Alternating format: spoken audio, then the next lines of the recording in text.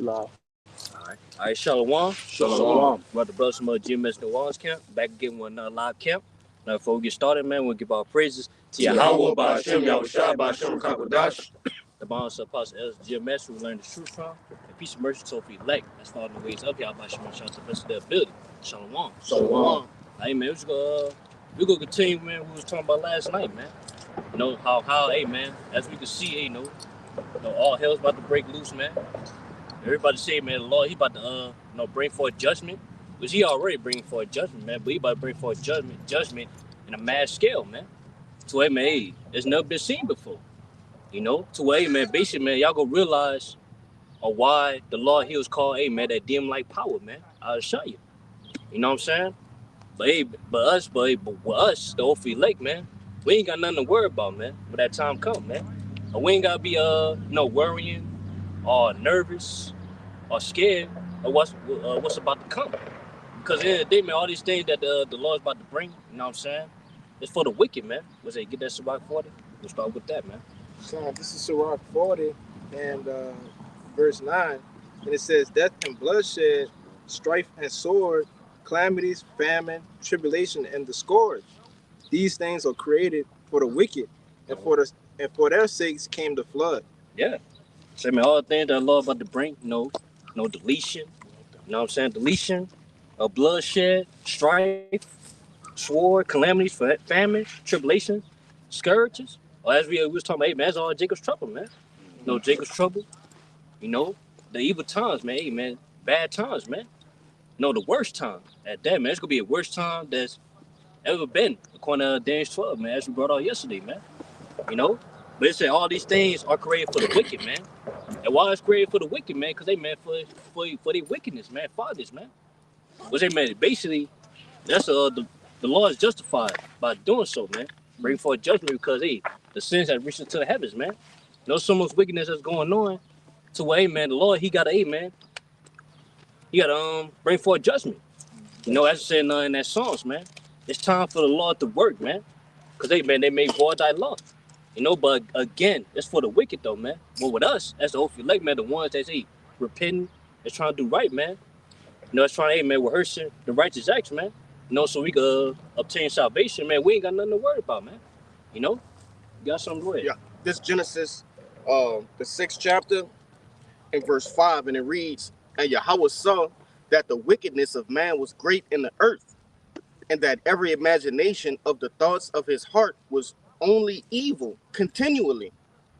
And it repented the Lord that he had made man on earth, and it grieved him at his heart. And the Lord said, I will destroy whom I have created from the face of the earth, both man and beast, and the creeping thing, and the fowls of the air, for it repented me that I have made them. You want to say something? Yeah, basically, man, that's basically the Lord, that first flood, man, was at the time of Noah. Was it, man, hey, now we come to, hey, man, that second time, man. Now we are in the days of Noah, man, as it said in Matthew. Yep. Was a why? The same reason, man, because the wickedness was too great, man. It was too much, man. To way, man, Lord, he had to do something, man. Unless it'll avoid his name. Because, man, basically, man, the Lord created the earth, man, to be righteous, man. That's right. He created the earth, man, to be formed how it should be formed according to the scriptures, man. But yet, who's ruling? The wicked, man, Esau. To way, man, he messing up the earth, man. Or basically, man, he not using the foundation, man, which say the scriptures, or how to form the earth, man. So, hey, therefore, man, Lord, he got to, put him away, man. I'll tell you that in Isaiah, the 24th chapter. Mm-hmm. We might got to grab that. Yeah, come. But I got a little bit more for you, too. All right, go ahead. Verse 8, Genesis 6 and 8, and it says, but Noah found grace in his eyes. What's like it? Noah found grace in the eyes of the Lord. Mm-hmm. Let me see. Yeah, that's pretty much it. Yeah, that's the point, man. Yeah, but yeah, it say, hey, when Lord destroyed the earth by flood, in the times of Noah, he saved Noah, man, and yep. And 7 other people, man. Because man, it was 8 souls that was saved during that flood. You know what I'm saying? Because why? Hey, man, Noah, he was preparing that ark, man. To way, man, he was gonna be delivered from that time of flood. You know, so hey man, same to us, man. We building up that spiritual heart, man. We building up that spiritual heart to where, hey man, when Lord bring forth that second flood, which say that nuclear destruction, it will be saved, man. We'll be beat on those chariots, man.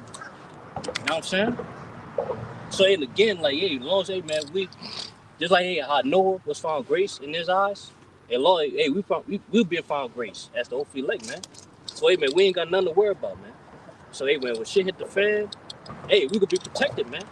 No one's ready, man. We go into this because you know people always ask that question, what we gonna do in Jacob's trouble? When all hell breaks loose, what we gonna do? No, we gonna trust in the Lord, man. Now we ain't gonna trust in the Lord, you know what I'm saying, to we gonna try to figure out what we gonna do in that day. Now we gonna worry about what the Lord gonna do for us, man, in that day, in that time. You know what I'm saying? That's all we need to worry about, because at the end of the day, man, as long as hey man, the Lord's with us, hey, ain't nothing gonna happen to us, man. You know, even though we could be around it, man.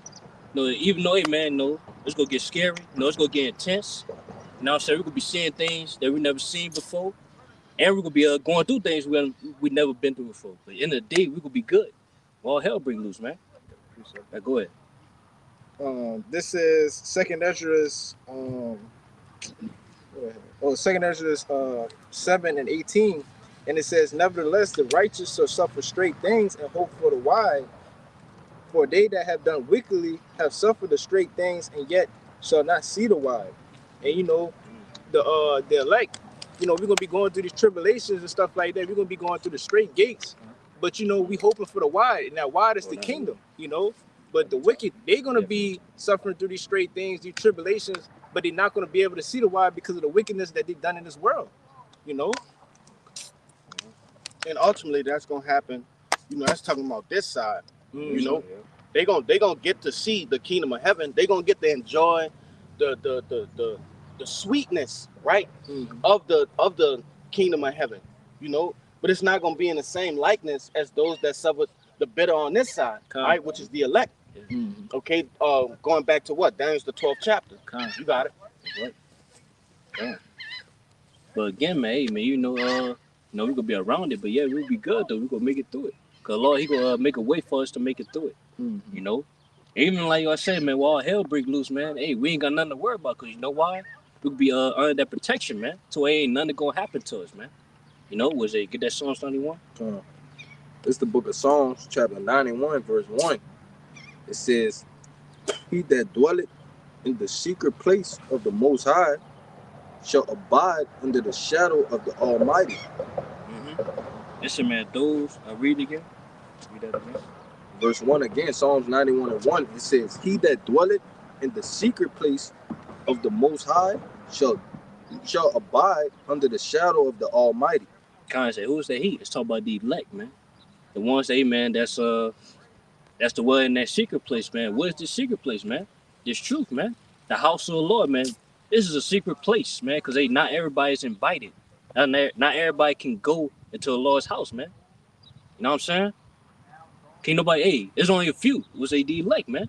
You want to say something? Yeah, that's the spirit. I was telling the brother Kushab 2 days ago, I had a dream that we were preaching in like a I'm gonna say an event hall or something like that, and it had like 2/3 all around us, and you had people that would actually come and sit within, like, imagine somebody coming and standing right here.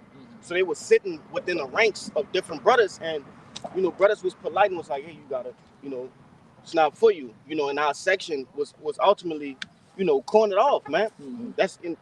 I woke up, I was like, "Damn, bro, that's heavy," you know. That's very heavy, man. You know, hey, man, yeah, like you say, man, it's a blessing to be a part of that secret place, man. Yep. Because, hey, man, while hell break loose, man, you know, as we approaching, hey, man, you go through well in that shadow of the Almighty. What's that shadow of the Almighty? Those chariots, man. So, hey, man, you can be protected, man, by, hey, those angels, man.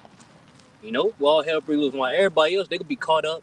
You know what I'm saying? They be, you know, being deleted for the time to come, man. Hey, man, we could be protected, man. So, hey, man, ain't nothing gonna happen to us, man. You know, we ain't gonna taste deletion, you know. Hey, that shadow got me thinking of the position we in this very moment, right? We getting protected by this tree from the sun, man. Right? Hey, we was just complaining how hot it was, but Jake can't even tell on the other side of the camera that it's that hot because what? But it's the shadow of this tree, man. And that's how the Lord gonna be. All right, when the Lord allowed Esau to utterly take peace away from the earth, you see, he's gonna protect us just like this tree, man. You know? Go ahead, Art. Matter of fact, man, before you continue on that Psalms 91, I'm gonna let brother get a precept. Just to back what you just said. We saying how like love protects us right now from the sun, from the heat.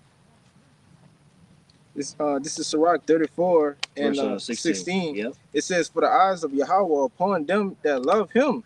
Mm.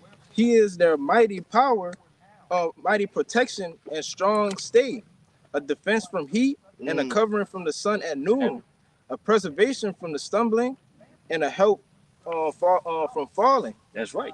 They say, man, the eyes of the Lord. Who's the eyes of the Lord? The angels, man. Those chariots, man. We say they're on those chariots. They said they're upon them that love him. We say that's the elect, man. You know what I'm saying? Because we the only one that's showing our love, man. Showing. I said showing. Not saying it. We showing it, man. And how are we showing it? Keep the commandments, man. They say, man, Buzz, hey, man, showing our love, man. Hey, man, the Lord, he's showing us love by, protecting us, man. Right. For the evil. We say again, the brother named it, man. He's the mighty protection, the strong stay, the defense from heat, a covering from sun at noon, a preservation is from stumbling, and a help from falling. Say, man, hey, basically, man, Lord, he protects us from it all, man. Anything that's stopping us, man. Hey, the Lord protect us from that, man. Basically, man, we would need that protection, man, for the evil times to come. That brother got that Psalms 91, man. I want to say this real quick because it said even at noon, right? If you don't know, the sun is the hottest when it's at the top of the day, man, which is noon. Right? That's when the sun is at its highest point. And we coming into that highest point right now, man. Right? When Esau come down with that great wrath. Go ahead, Al. And nothing to it said the fist from the heat. I say, Lord, he about to bring forth that heat, man, that nuclear heat. Yeah. So basically, man, Lord, you can protect us from that by those chariots that shadow the Almighty. You know what I'm saying? But say, even the heat, Lord, about to bring forth heat. Well, it brings a judgment, man, wrath. Lord, for it bring forth his wrath. Well, we could be protected from the wrath, man. Because, man, we doing what we're supposed to do right now, man. So, man, we could be clear from his wrath. You know what I'm saying? Which is how we would stay clear from the wrath. By the hedge. By that wall. That mark of exemption, man. According to Ezekiel 9:4. All right, good. Yeah, con. I continue on that Psalms 91. Psalms 91 and verse 2.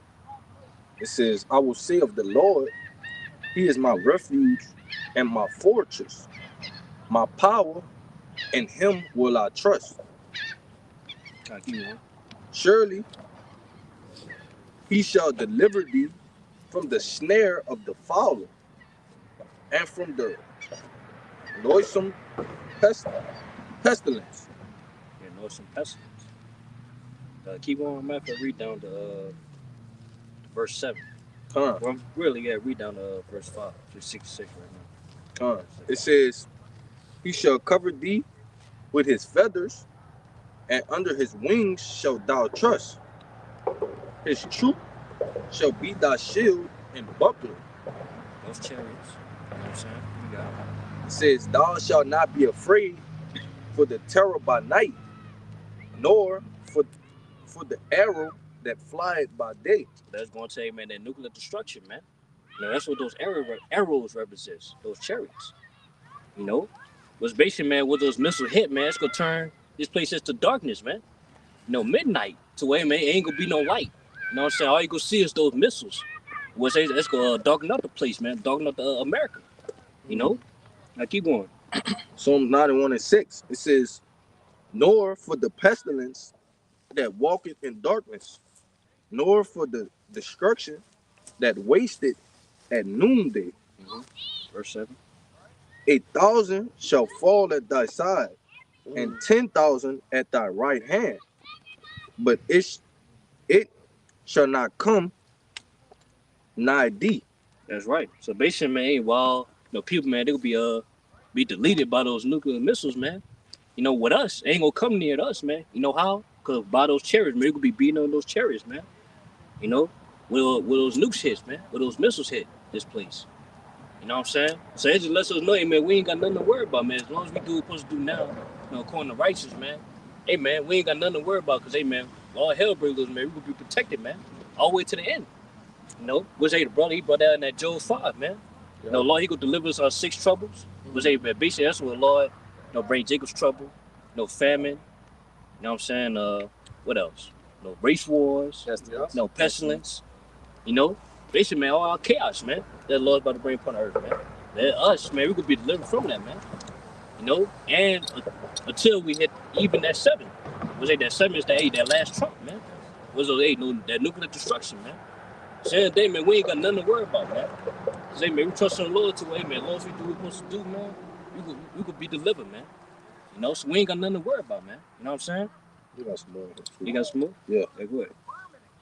Y'all brothers got some? I got some. Verse 9, it says, because thou hast made the Lord, which is my refuge, even the Most High, thy habitation, there shall no evil befall thee, neither shall any plague come nigh thy dwelling.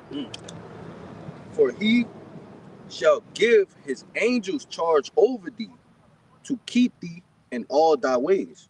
Yeah, that's right, man. That's the point right there. They say, man, because they made the Lord, you know, our habitation. But basically, man, we made our Lord, we made the works of the Lord our life, in a sense, man. Because you're going to tell our habitation, man. It's going to tell you, man, what you do for a living.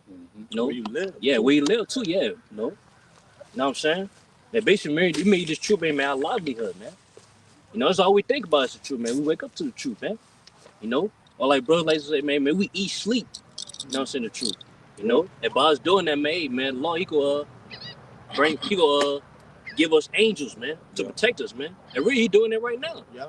No, every last one of us, man, got angels, man. Got each set of angels, man. That's camping around us, man. What's according to Psalms 34:7. No, the angels are camping around them that fear him, man. Yeah. So in the day, man, we ain't got nothing to worry about, man. So hey, man, we ain't got even when we walk out our door, we ain't got nothing to worry about, man. You know, hey, man, because hey, man, we know we in the shadow of death, which say America. Man, today, man, we being protected, man, by those angels, man. So upon way, man, they go take us all the way to the end till we make it to salvation, man. That's simple. Got a precept for you. All right, go ahead. This Psalms 34:6. Yeah. I'm gonna get 7, but I wanted to bring this out to back up what that brother just brought out. It says, this poor man cried, and the Lord heard him and saved him out of all his troubles. The angel of the Lord encampeth around them that fear him and delivered them. You know? It said a poor man cried, which matter of fact, Ezekiel 9. That's on time. Yep. That's what the Lord looking for, man. Look for those that's gonna be crying out, man. No, silent crying, man.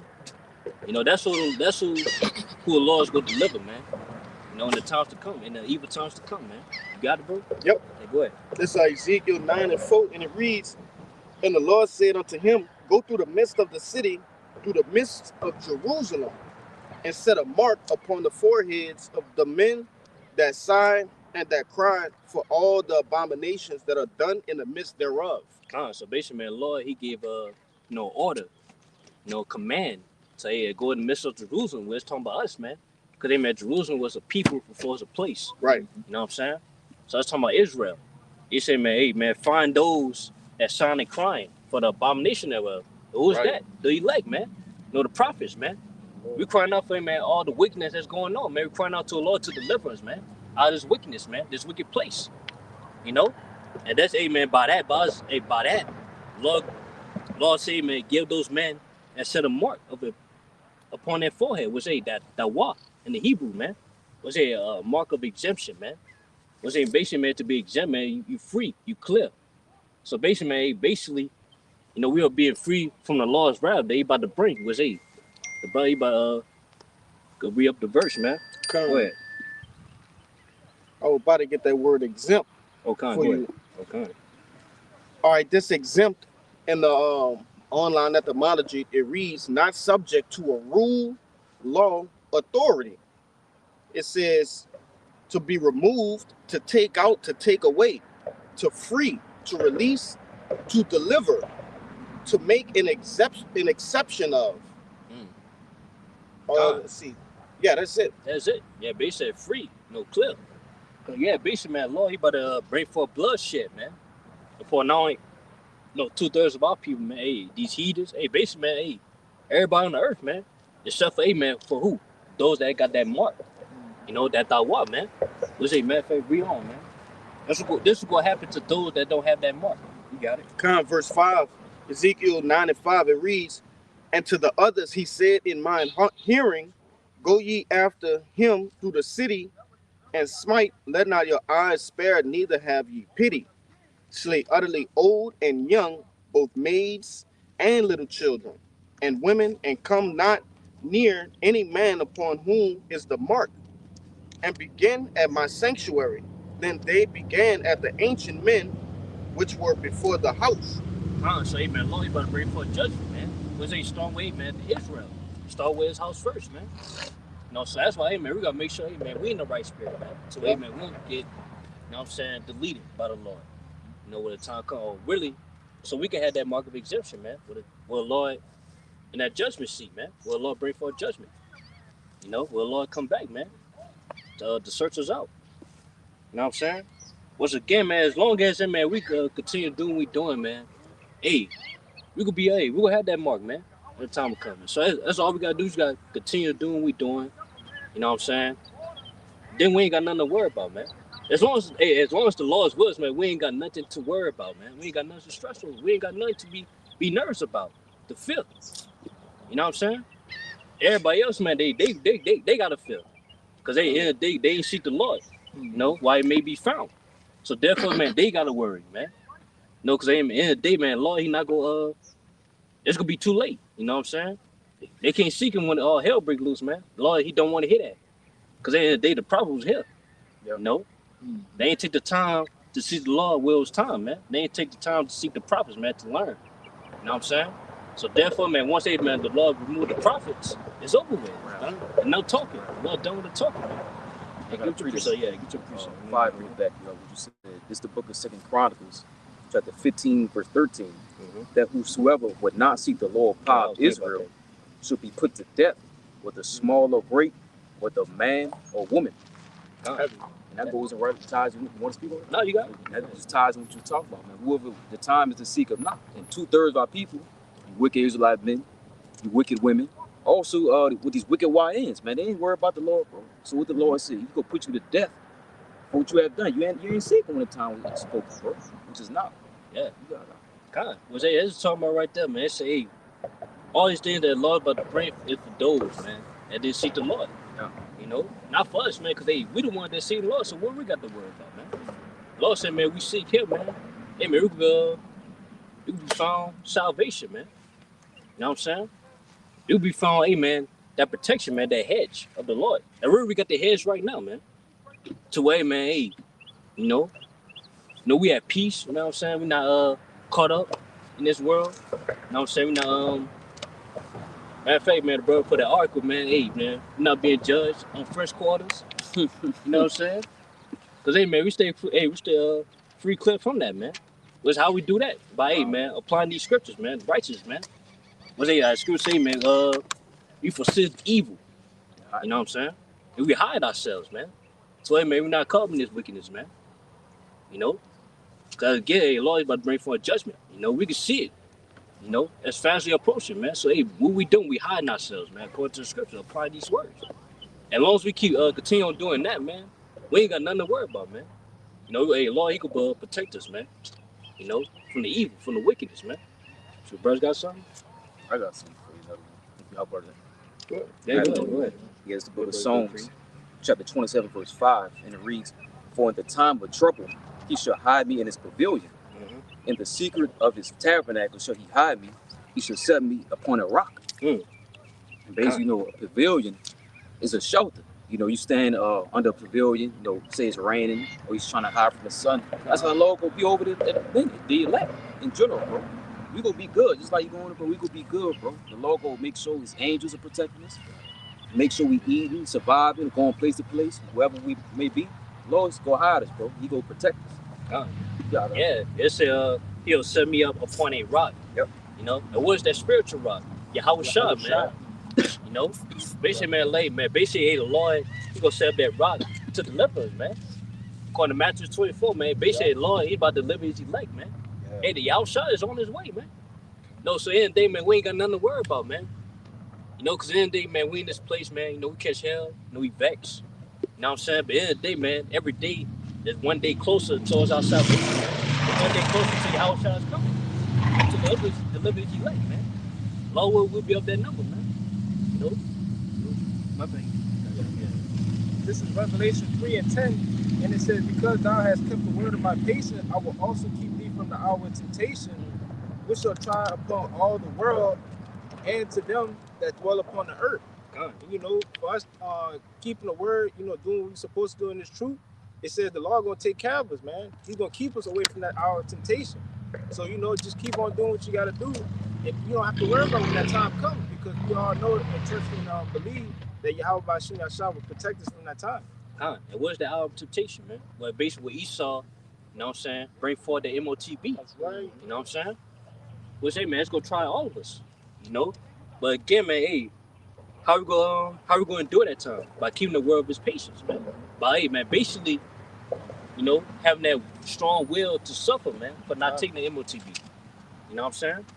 It say, man, if we do that, hey, he gonna keep us, man. What say? What the scripture say? Strive unto death, and Lord shall fight for thee. You know, basically, man, Lord, he gonna deliver us, man. Hey, how he gonna do that? After I get Isaiah 59 verse 15. You got it. God. Yeah, basically, man, that's how hey, we even when that time comes, we ain't got nothing to be nervous about, man. We ain't got nothing to be nervous about, man. We ain't got nothing to fear. Because at the end of the day, first and foremost, who controls Esau? Well, The Lord, man. Yeah. Who controls death? The The Lord, man. So at the end of the day, man, hey, if the Lord loves us, man, then hey, we ain't gonna taste death. Now, of course, you know, it's gonna be martyrs.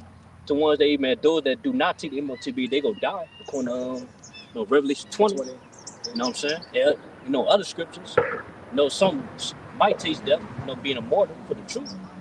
But hey, you know, some shall not taste death, man. To hey, man, the Lord's gonna deliver them, man. When that time comes. Let's get to Isaiah. 65 and 15. Yeah, 15. This is the book of Isaiah, chapter 65, verse No, 59. 59. Yeah, 59. This is Isaiah 59 and 15. It says, yea, true fairly. Oh, 19. I'm tripping. 19. Verse 19. Verse 59. Isaiah 59 and 19. It says, so shall they fear the name of the Lord from the west, and his glory from the rising of the sun. When the enemy shall come in like a flood, the spirit of the Lord shall lift up a standard against him. Mm-hmm. So basically, yeah, that's talking about when the enemy, you know, come in that hour of temptation, as that brother brought Revelation 10, it will come in like a flood, you know, trying those that fear the Lord, man. You know what I'm saying? They gonna try them, man, trying to aid, man. Basically, they gonna try to, you know, torture them. You know what I'm saying? They gonna try to, you know, cast them away from their house. You know what I'm saying? It's in 2 16. You know what I'm saying? With that time, hey, with the enemy come, man, Lord said he gonna lift up a standard to, hey, man, Esau, he not gonna put us to death. Yeah, come on, go ahead. This is the word standard, and it goes into H 51:27, and it goes into noose. It says to flee, escape, to take flight, depart, disappear. Yeah, man, we could be able to escape, man, out of Esau's wrath. Mm-hmm. You know what I'm saying? And how he gonna lift up that standard? Lord, he gonna perform no miracles. You know what I'm saying? Or even to a point, man, we could be Lord give certain men no spiritual powers, man. You know, to a man, they not gonna teach that, man. Or and I said, say if they put their head in their guillotine, man. They might, they whole neck will break the guillotine, man. You know? Or even to a point, man, the angel, he might start the guillotine, man. Hey, we don't know. You know? It's an infinity way the Lord could do things, man. Infinity. You know what I'm saying? Ain't nothing is impossible with the Lord. You know what I'm saying? Or what he can do. So that's what we need, man. We need that. Hey, we need those standards, man. To way, man, to escape from the evil times, man. Or Esau's wrath. You got it. Yeah, and just to put a label on it, everything that you just mentioned, that's divine intervention. Yeah, man. divine intervention. Yeah. You know, and I'm gonna grab that real quick if you don't mind. Go ahead. because it's heavy when you go into it. Mm-hmm. I'm gonna get it in a regular search bar, the Google search. Divine intervention. Select. It's about to come up. All right. This is just the AI overview, right? On Google, it says divine intervention is the active, direct involvement of a deity in human affairs to alter situations, fulfill divine purposes, or respond to prayers. Respond to prayers. So basically, man, hey, man, because, hey, man, when that time come, man, we're going to be praying to the Lord, man. You know?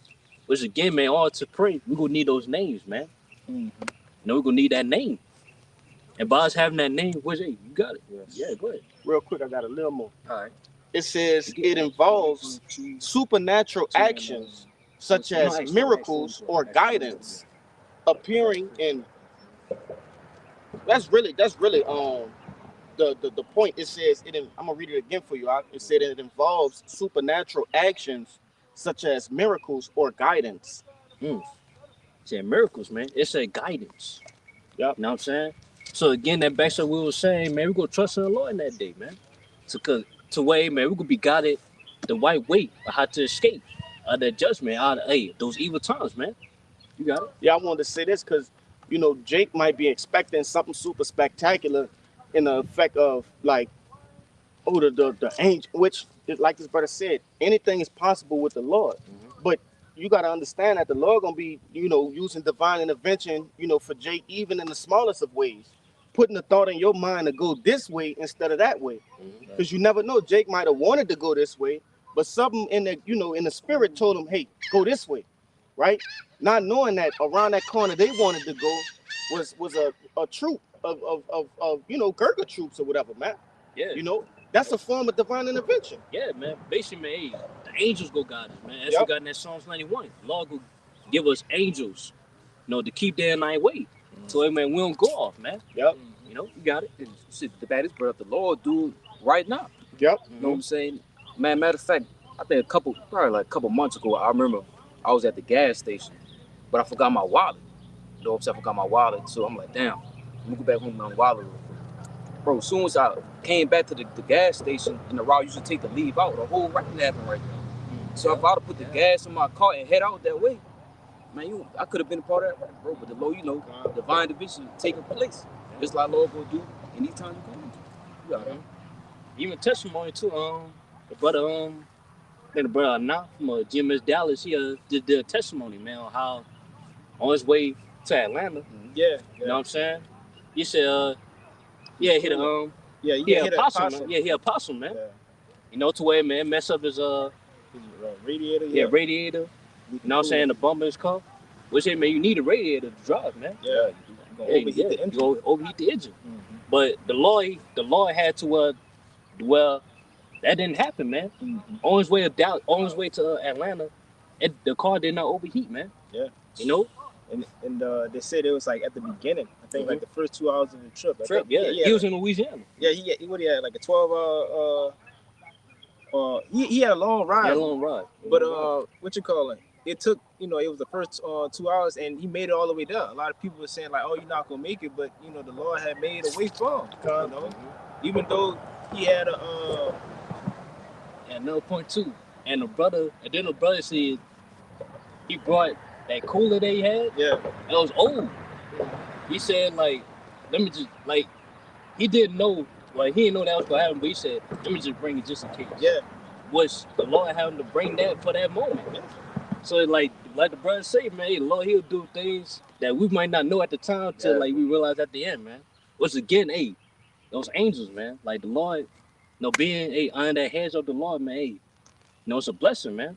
Yeah. So hey, man, we being protected at all times, man. You got it. And it's funny because in the whole process of it, you just trying to make it down and focus on it, but after you reflect on it, you laugh and you be like, man, that's crazy. Like, I made it, you know what I'm saying? The Lord really, took care of me, and that helped build up your faith, you know what I'm saying? Whenever stuff like that happens, But yeah, another thing too, bro, he brought that definition, that name. You know what I'm saying?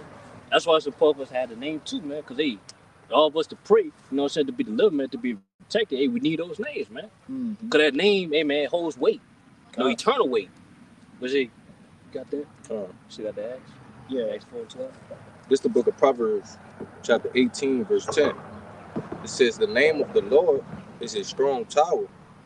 The righteous run it into it and is safe. So the name of the Lord is a strong tower. And a strong tower, man, it's hard to take down, in a sense, man. When you have a strong tower, man, it's hard to take down, man. You know, it's too strong. You know? So that's what the name is like to that strong tower, because the name, it holds weight, man. By us having that name, man, you know, we're able to cast away demons. You know, we're able to stay away from harm. If it comes to us, anything that comes our way, that's trying to harm us, man. All you need to do is pray on the name, it'll go away, man. Yeah, I want to say this because, man, I know myself personally, and I've heard other testimonies of other brothers, like Jake, you know, having night terrors. You know, you wake up, even in dreams, man. You know, these different nightmares and shit. Jake call on the name of the Lord, and hey, you know, you wake up or something. You know, the elder, Elder Yagana, he always talk about how he was having what that's called sleep paralysis, right? Sleep fucking demons, right? Getting on them. Go ahead. So yeah, basically, the elder, I think the elder Bayumya from Mississippi, GMS Punishment of the Wicked. He did a video on that, man. He had the video of the testimony of that happening, man. He was calling for that name. Yep. You know, and he got delivered. You know, which again, that's a testimony, babe, by having a name, because the demons, they feel the name in a sense, man. They respect the name. So anytime we call upon that name, man, they gonna go away, man, because they obey the Lord too, man. You know, so again, even with that too, man, we ain't got nothing to worry about. Even in the spiritual battle, we ain't got nothing to worry about. You got it.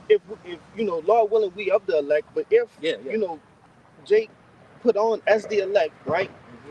If you believe you the elect, you have to understand that the trials and tribulations, even those moments like that, are not moments to destroy you, because they will destroy you, right? Those are moments to strengthen and test your faith. Well, I'm gonna say test your faith, then strengthen your faith, because the testing starts first, and then your strength is increased after you pass that test. You see? So most of the things that all of the things that we go through in this period right now, and it's like it's practice. Like y'all brothers know I play Rainbow Six, right? Siege. So there's a Preparation. The preparation phase. That's when everybody getting all their stuff together, and you could tell when guys are not prepared because they're easily infiltrated by the enemy, you know, things of that nature. But a well-prepared team, they took all that time, and you know, they got it all situated. You know, so this is just a preparation phase for us, man, to gather as much faith as possible and recognize that that's the Lord preparing you for what's to come. Go ahead, And in that preparation phase, man, a person who don't know what they're doing, they don't have no structure to it. Yep. But a person who's been, you know, studying the map, you know, studying the Bible, you know, and taking the time out to see different ways to maneuver and all that, they build up structure over time to where they'll be able to protect themselves for harm that's about to come, you know? It's heavy you said that, because all of the men that don't, you know, use, like, you have to cooperate. You have to be a body within this game that I'm talking about. Yeah, it's a team. It's a team effort. It's a team effort. You know, you choose certain, you know, and I mean, I'm kind of going a little deep, but it's backing up the point of this thing, man. You know, you choosing teammates in order to, you know, strengthen that fortress. And the Lord has done that. Each and every man that you see preaching this gospel, preaching this word, have their own abilities and strong suits, right, that help strengthen the ministry, you know? And that's just a part of that preparation phase, man. We all helping each other reach the kingdom. Go ahead, it's like from being long-winded. Yeah, you good. You good, bro. Because that vision, in a sense, you're right, brother. Like, all the things that we're going through, man, just strengthen us, man, for the time to come. Yeah, you're right, bro. So, even with that, too, like, man, we ain't got nothing to worry about, man, when it comes to trials and tribulations. Because all it does is just strengthen us, man. Because, Matter of fact, get 1 Corinthians 10:13. Get that 1 Corinthians 10:13. No, we might just jump into that, man. To hey, man, now, cause hey, man, Lord, cause basically, we ain't got nothing to worry about, cause hey, man, we going through that spiritual fire right now. Now we going to hey, man, the chastisement of the Lord right now. To hey, man, while hell break loose, man, we gonna be condemned with the world. You know? We just did a lesson. Yeah, we did a lesson on that, man. Going into that the Lord making up his Jews, man. But this the book of 1 Corinthians, chapter 10, verse 13. It says, "There had no temptation taken you, but such as is common to man. But the Most High is faithful, who will not suffer you to be tempted above that ye are able, but will with the temptation also make a way to escape, that ye may be able to bear it." That's right, man. You know, so basically it said there's no temptation that's taking you, man. That's common to man. So basically, man, we all, like, every last one of us, man, we going through it, man. We going through our own temptation, man. Or even the same temptation, man. You know, we all going through, hey, man, that same affliction, man. We all fighting the same battle, you know. But it say in the day, man, by the Lord being with us, man, hey, we ain't got nothing to worry about, man. Because in the day, man, we're not going to be, you know, we're not going to suffer above to where, man, we're going to fall. You know what I'm saying? Where we're going to lose, you know. Lord, he going to make a way to where he builds us up to where, man, we're able to bear it, man. We're able to endure it. You know, we're able to make it through it. Those temptations, man, to where, man, we receive that crown of life, man, at the end all be all. You know? So, man, no matter what we going through, man, the Lord's with us, man. You know what I'm saying? As long as, hey, man, we pray to his name. You know, if we pray to him, man, for that guidance, that divine guidance, man, that divine intervention, man. You know what I'm saying? We ain't got nothing to worry about, man. As long as the Lord's with us, man, we ain't got nothing to worry about. You know? All we gotta do is all we gotta worry about is doing the works of the Lord, man. You know, seeking the Lord. You know, because hey, man, as long as we seek the Lord, man, as Scripture saying us in Matthew 6:33, all these things shall be added unto us, man. Yeah. Which, hey, man, those spiritual benefits, to way, man, even the physical benefits, man, to way, man, we're to survive in this place, eat, drink. You know what I'm saying? Clothes on our backs, man. Because, hey, man, that's small. That's small. But really, hey, man, that spiritual benefits, well, hey, man, we able to endure. You know what I'm saying? It's truth all the way to the end. You know? Go ahead. You got something? I'm trying to see how we're going to put it, but this is Isaiah 48, and I'm going to start at 9. It says, "For my name's sake will I defer my anger, and for my praise will I refrain thee, that I cut thee not off. Behold, I have refined thee, but not with silver. I have chosen thee in the furnace of my affliction."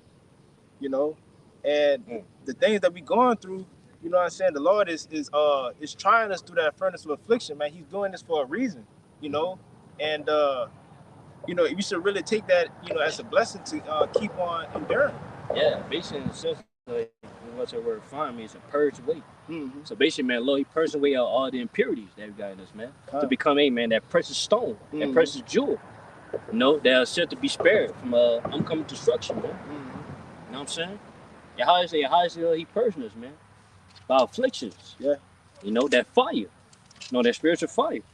You know, to where, man, we'll be chosen. Because, man, only the acceptable men that's going to endure that furnace, man. It's in Sirach 2, man. You know what I'm saying? Yeah, go ahead. I know you got something. You on that Malachi? Yeah, go ahead. It's the book of Malachi, chapter 3, verse 17. It says, "And they shall be mine, said the Lord of hosts, and the day when I make up my jewels, and I will spare them as a man spared his own son that serveth them." Yeah. Say, man, we all those Jews, man. They like all those Jews. We say that hero from Jews and, man, Goliath. You know what I'm saying? That brother's name right there, you know? Yeah. Yeah. Come on, man. But yeah, man, we all the Lord Jews, man. And basically, man, we all represent those Jews because Jews is a precious thing. You know what I'm saying? To people, man. You know, it's precious. You know, it's a most valuable thing you can find. You know, it's like a treasure. No, yeah, it's a treasure, man. So basically, man, we are the Lord's treasure. No peculiar treasure at that. You know what I'm saying, man? What the Lord gonna do with his treasure, man? He gonna protect it, man, from harm's way. You know what I'm saying? For being destroyed. Yeah. But hey, that's what the Lord gonna do for his elect, man, when we bring forth that destruction, man. Yeah, just think about it like this. The Lord went through all the effort and all hard work, okay, to refine, okay, to build up his jewels. You think he just gonna let somebody come and take them away? No, hard work went into that, man. All right. Each and every process of refining, precious minerals and precious stones, it's long, it's tedious, all right, and it's very intricate. That's why jewelry costs that much, Yeah. okay, because it took a lot to get this what you see from what it was. Mm-hmm. You see, it took a lot.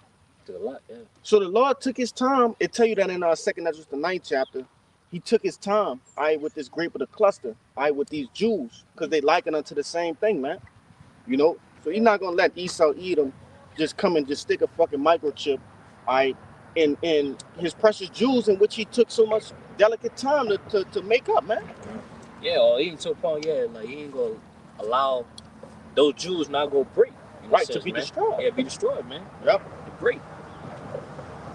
Oh, You got it. yeah, but I got the word precious in the all-out etymology because y'all were talking about precious, and it says valuable, of great worth or price. And then when you go down, it says over refined, fastidious. When you go into the word fastidious, it says very attentive to and concerned about accuracy and details. So while the Lord is refining us, He's taking accurate time, attentive details to sculpt us into that precious jewel that He holds so close to Him. You know what I'm saying? That's how much He cares for us. He wants us to be at the peak and pristine condition. He don't want us to be, in a low state, have any type of dirt or what's that word? Impurities. Impurities. You know what I'm saying? He wants us to be fully pure. Come for that perfect day, man. You right. Which again, man, how is he doing that, man? How is he removing those things, man? By that fire. Yep. Which again, man, as the brother say, man, hey, that fire is not meant to break us, man. It's meant to strengthen us, man. Or basically better us, man. Better our character.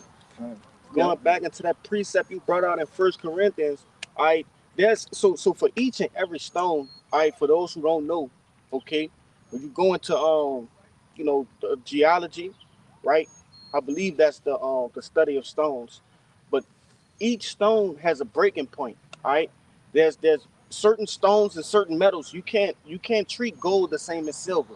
You can't treat both of those the same as iron. They all have different melting points, right, and breaking points. So that going back to what you brought out, each and every stone or each and every man, right, have a breaking point. That's why the Lord said He's not gonna give you nothing harder than what you can bear. Right. You see, because it's ultimately to what? I like to say it like this: bring out that perfect you, that complete you. There's an end to your fate, man. You see, and that's when it's perfect, it's complete. All right, but go ahead. I just wanted to bring that up. And the Lord have his men are likened unto precious jewels, right? But every man is different. So like you said, your breaking point ain't gonna be the same as my breaking point. So the Lord likened it into the same way, man. What you got? I got something real quick. This 2 Peter chapter 1 and verse 10, and it says, wherefore the rather, brethren, give diligence to make your calling and election sure, for if you do these things, ye shall never fail. All right, or fall. Salakia. All right, and I wanted to bring that out. Obviously, we know the first portion of that precept, but the latter portion is important as well, man. If you do all those things, making your calling and election sure, and how do you do that? Right? By preaching this word, making your body a living sacrifice, and ultimately, obeying the Lord in every which way you possibly can. You see? But it goes on to tell you, if you do these things, you should never fall. You should never you're not gonna fall by the wayside. All right? You're gonna reach your perfection. And that's the only thing that we have to do. We don't have to be afraid of Esau. We don't have to be afraid of niggas in the world. We don't have to be afraid of what, not having money. Okay, none of those things, man. Just make sure your calling an election is sure, and that's it, man. Go ahead, Slug. Yeah, like you say, man. You know, that's the thing too, man. Hey, we gotta give diligence, even though we going through that spiritual fight, man. You know, basically, man, we withstand no difficult times in the sense that we overcome those things, man. And basically, man, hey, man, we handle the pressure, man, in a sense. No, because at the end of the day, man, a Jew, all for a Jew to be precious, man. He gotta do well under pressure, to fight. You know what I'm saying? If not, then yeah, it's gonna fall, it's gonna break. You know. So and again, man, by us going through that spiritual fire, man, all it does, you know what I'm saying, it builds us up even more. So hey, man, we keep on, man. You know, we apply the pressure in a sense, man. And we look forward to it. Go ahead, man. Yeah, because I want to make a quick anime reference. I know you brothers know what I'm talking about. There's a specific scene in Dragon Ball Z. A character named Vegeta went train the hyperbolic time chamber. And his son was having a hard time going through the training. And he looked off. Vegeta, he was just standing in the flames, bro. Like, he was just the flame. He was just taking it on a while. So I was like, damn, like, how can he stand in the flames and take that much pressure? And I'm liking that to the elect. You know what I'm saying? We stand in the fiery trial, but we ain't ducking off. We ain't trying to duck it. We fully accepting, like, Lord, do what you got to do to make me perfect. It's like going to the gym, man. Yeah. Imagine you the spirit that the Lord have given you. You're exercising that just like you would exercise your muscles at the gym. Right. Your faith is the muscles. Let's say that. All right. You have to exercise, your faith. All right. And that's what the Lord gonna do. He doing it now in small ways. That way, when it's time for us to lift the big weights, it's easy unto us. It's easy. You know. Yeah. All you doing is building perseverance, man. Yep. You know. So he did like when pressure, come upon you, man. Don't shy away from it, man. Use that, man. Use that as to rebuild your skill. Yep. You know what I'm saying? And really do more. You know what I'm saying? Matter of fact, man, take good care of it. You know, because all it does is it builds you up, man, strengthens you, man. You know what I'm saying? Take pride in that. Take pride in that. That the Lord had found you worthy to bestow, all right, those difficult situations upon you, man. And don't get not the big head pride, but take pride that you know the Lord, man. You know. Yeah, Proverbs. Yeah, I got some. It's the book of Joshua, chapter 1, verse 9, and it reads. Oh man. Well, I was finna read Straight it. to the point. Yes. It says, "Have not I commanded thee? Be strong and of good courage. Yep. Be not afraid, neither be thou dismayed. For the Lord thy power is with thee, whichsoever thou goest." That's self-explanatory, straight to the point. For the Lord's gonna be with us through anything we go through, especially these ill days we're coming into. The Lord said, "Be not afraid." The Lord don't like doubt either, bro. He don't like doubt. Man, the times we're coming to, the Lord will put situations on purpose so we gonna have to trust Him, bro. There's no other way possible. We got to trust in the Lord, man. Yeah, like I said, Lord, He doing it now, man. Yep. The Lord's doing it right now. So again, like you can't get through the times we're in right now. Yeah. So prices going up. You know what I'm saying?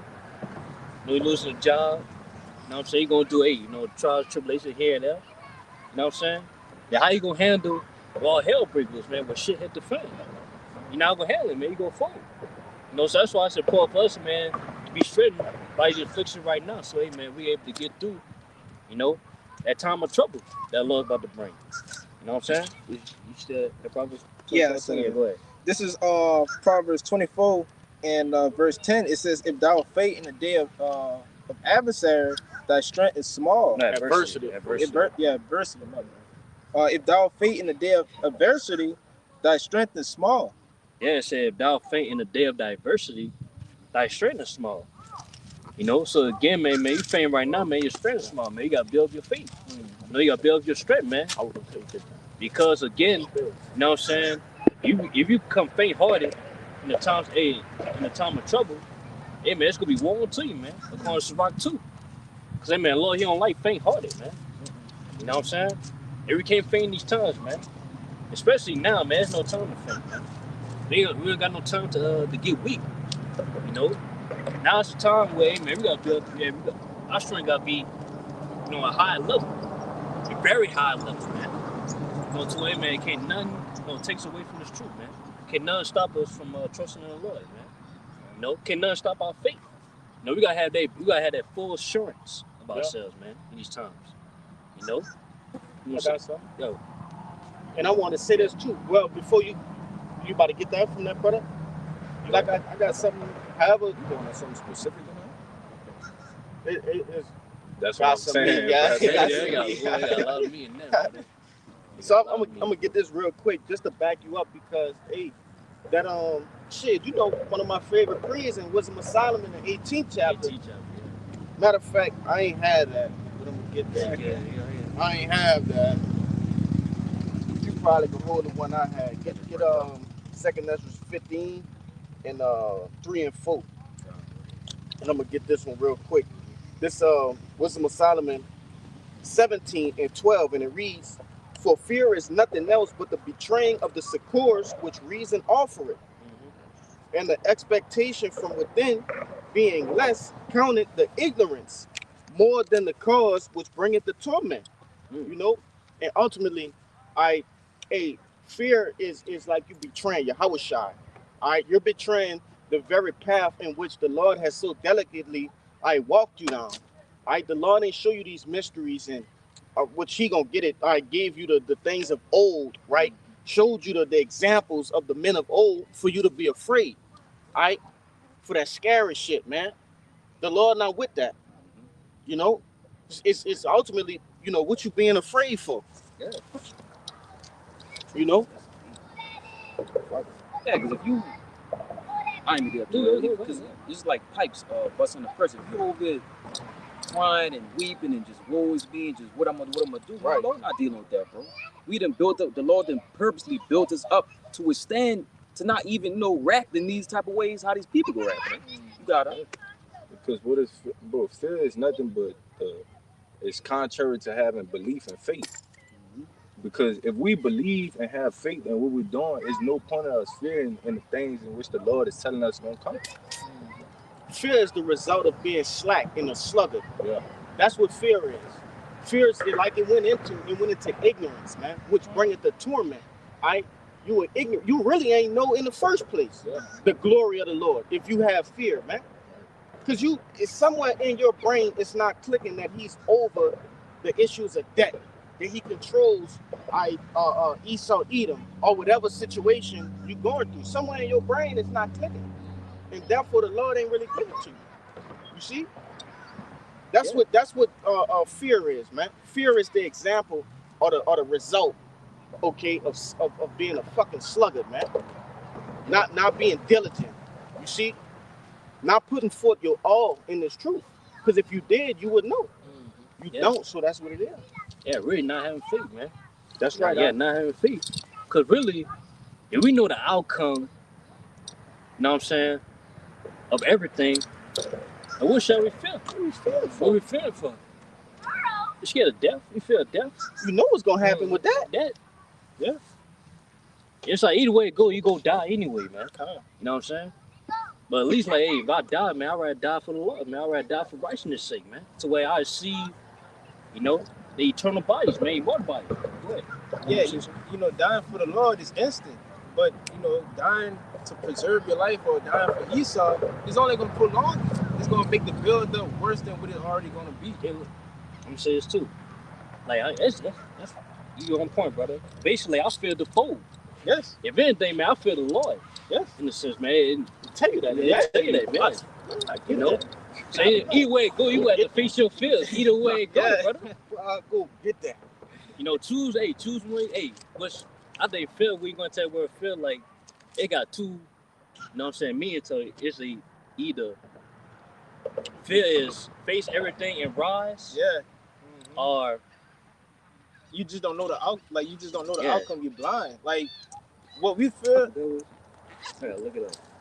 Like you said, man, we feel to not to fold, you know. Yeah. But these people feel of debt. You know, they feel the outcome that's about to come. We know it's about to come, but we just don't want to be that person that folds. You know what I'm saying? Mhm. We want to be able You know to. the outcome of that, man. Yeah. You got to face the Lord, man. Yeah. You got to deal with the Lord, man.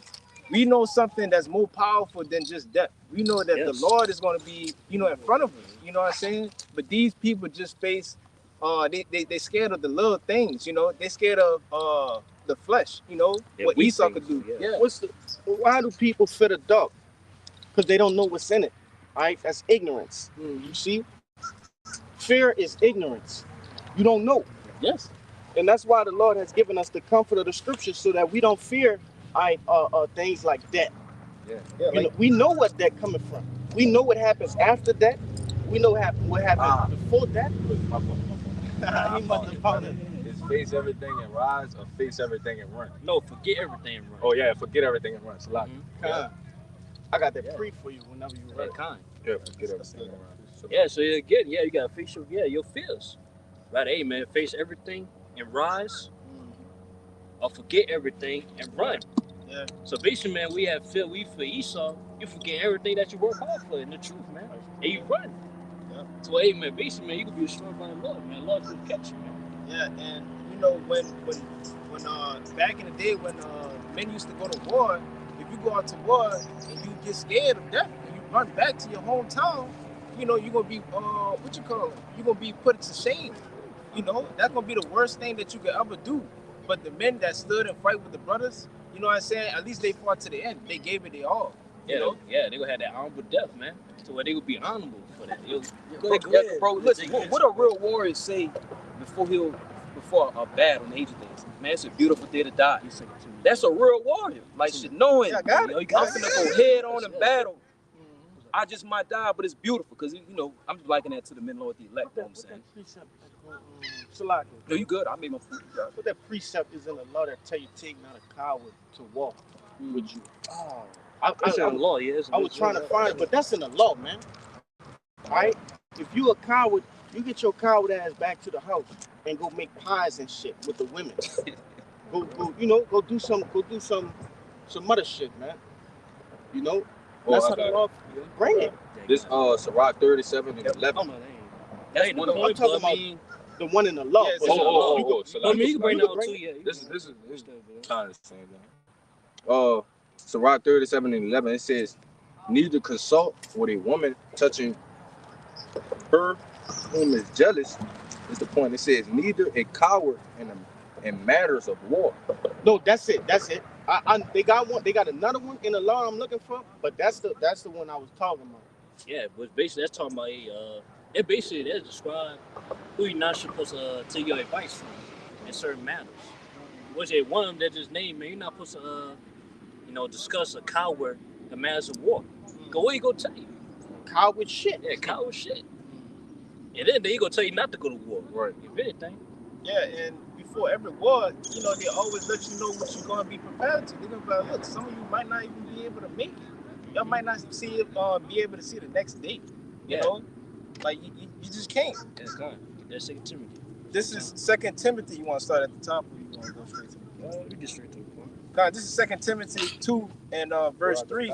It says, "Thou therefore endure hardness as a good soldier of Yahweh Shah HaMashiach."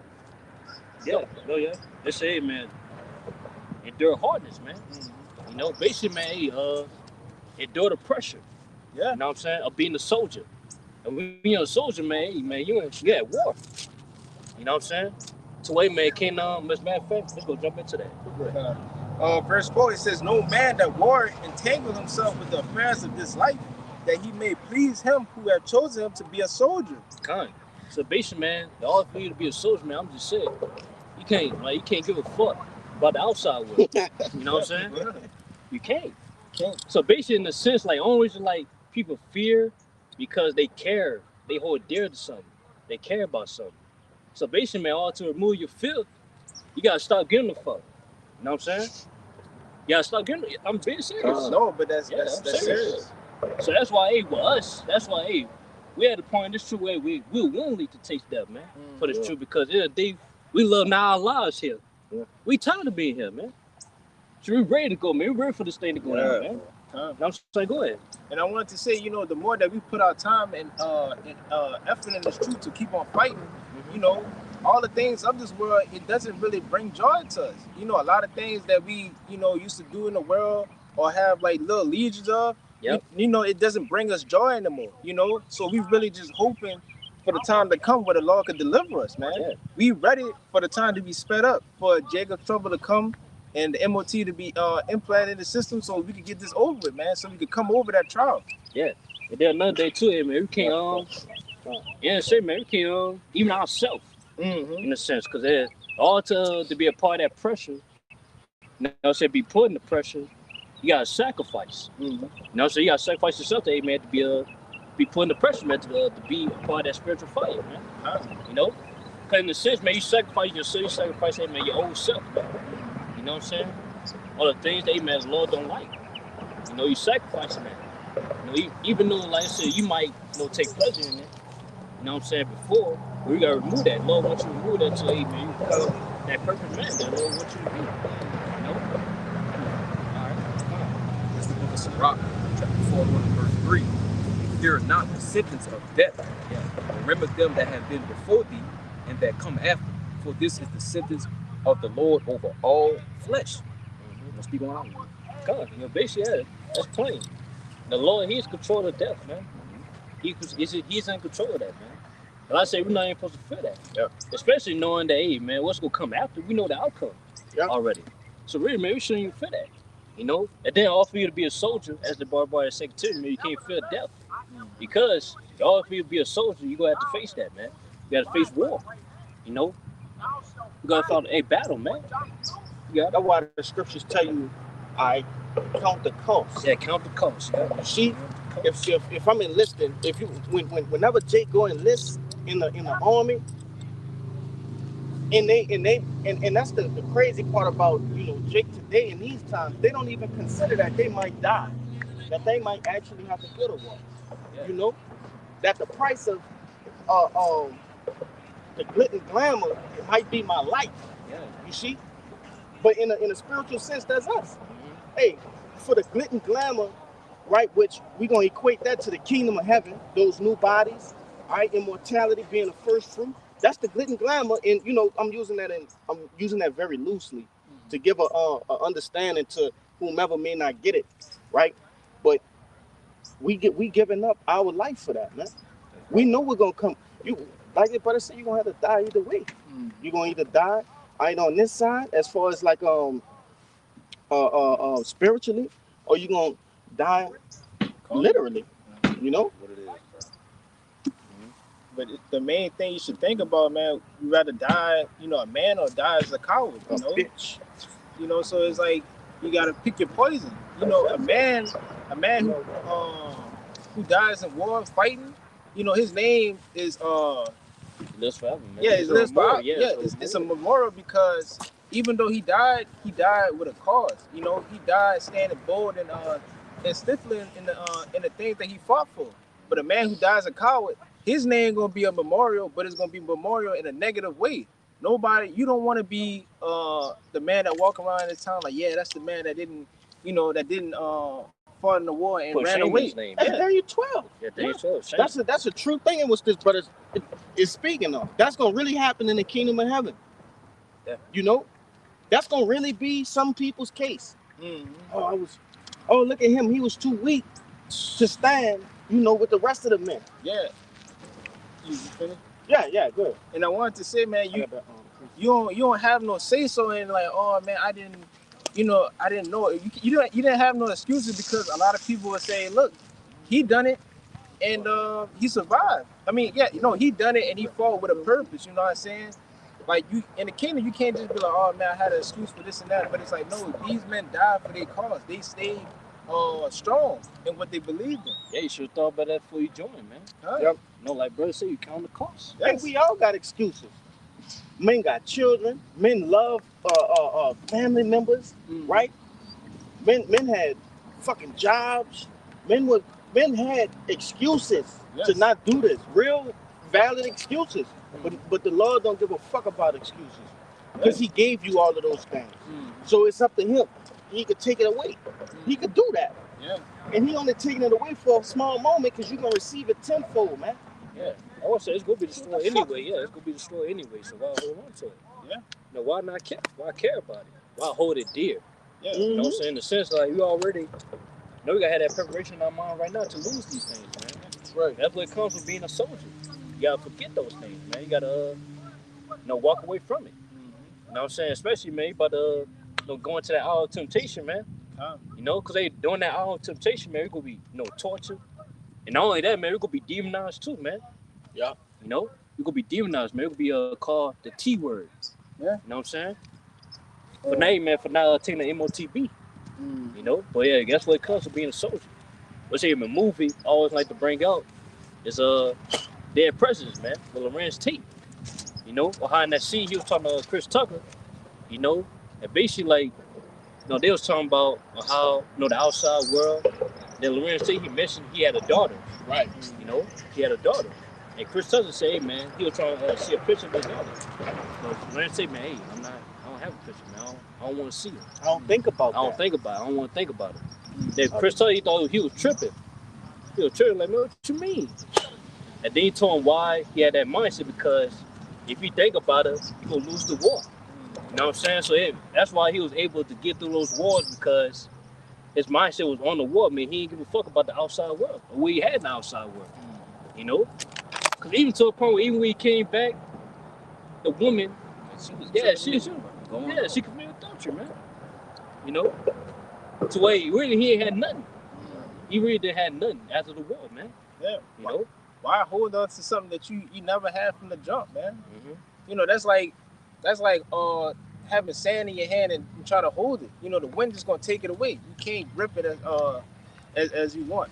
Well, not sand, but as water. You know, it's like holding water. You can't really hold it. You know, it's gonna fall eventually. Yeah. Hey, Yahushua said that too, man. You know, hey, you had all them jakes making excuses. I just married a wife. You know, I just got this land. Yeah. I got buried my father. Yeah. Man, the hell with all that, man. This would matter. This is first. You know, that's the conscious decision you have to wake up and make every single day. All right. But if you want, bro, I can get this precept out of the way. Yeah, go ahead. This is the book of St. Matthew, chapter 10, and let's see, verse 28. It reads, "And fear not them which kill the body, but are not able to kill the soul, but rather fear him which is able to destroy both soul and body in hell. Are not 2 sparrows sold for a farthing? And one of them shall not fall on the ground without your Father, but the very hairs on your head are all numbered. Fear ye not, therefore ye are of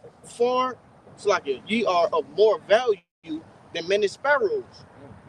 You know, and that's the Lord telling you, hey, what you fearing man for? What you fearing Esau for? All right, for what? And the Lord told you, hey, every sparrow that died, which those sparrows are those small birds, those brown birds that you see. Shit, that's one right there. You know, those are sparrows, and they common. And the Lord telling you, not one of them fall out the sky without my consent. Not one of them.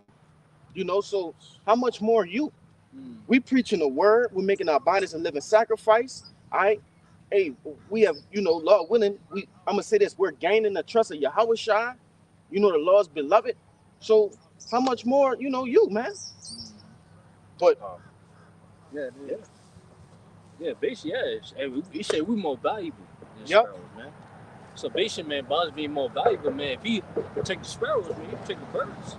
How much more of us? We're more valuable, man. So again, we ain't got nothing to worry about, man. We ain't got to worry about, man, death. You know what I'm saying? Even if we do taste death, you know what I'm saying? It's a greater ladder air for us, man. It's an honor. It's an honor, yeah. And I died for Yahushua. That's right, bro. What? And I wanted to say, like, the Lord's holding back the 4 winds for us, man. He said, let it get sealed, man. Yeah, for that light. So if he was to say, look, let it go. You don't know. You probably still had an elect out there, but the Lord is holding it back so we can, have that chance. So He can gather up all this elect and save them. God, this is Revelation 2 and 10. It says, "Fear none of those things which thou shalt suffer, but behold, the devil shall cast some of you in prison, that ye may be tried. Ye shall have tribulation 10 days. Be thou faithful unto death, and I will give thee a crown of life." Yeah. And it says, man, basically, it said, fear not those things that you should suffer. And yeah, man, everybody suffer persecution, man. Everybody suffer, amen. Esau, try to bring forth wrath against us, man.